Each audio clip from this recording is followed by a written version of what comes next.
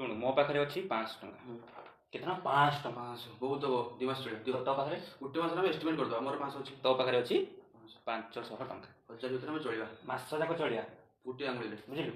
ତେଣୁ ସକାଳେ ଭାଇ ଆମକୁ କ'ଣ ଚୁଡ଼ା ଛତୁଆ ଖାଇତେ ପଡ଼ିବ, ଟିକେ ଗୁଡ଼ ହେଲେ ହବ, ଯାହା ଘରେ ଦେଇଛନ୍ତି। ଟେଳି ହେଲେ ହବ। ଦିହି ପରେ କ'ଣ କରିବା ନା 2ଟା ଅଣ୍ଡା ସିଝା ନେଇଯିବା ରୁମ୍ରୁ, ପଳେଇବା କୋଉଠିକି?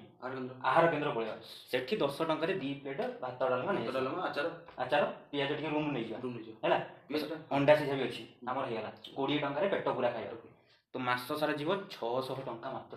ଆହୁରି ରହିଲାଣି କେତେ? 400 ଟଙ୍କା। 100 ଟଙ୍କା ମୋତେ ଛାଡ଼ିଦେବୁ ଚାହା ପିଇ, ମାତ୍ର 100, ବେଶୀ ନୁହେଁ। 700 ଟଙ୍କା ଗଲା, ଆହୁରି 300। 100 ଟଙ୍କାରେ 50 ଟଙ୍କାରେ ବାଇଗଣ ନେଇଆସିବା, 50 ଟଙ୍କାରେ ଟମାଟୋ ନେଇଆସିବା।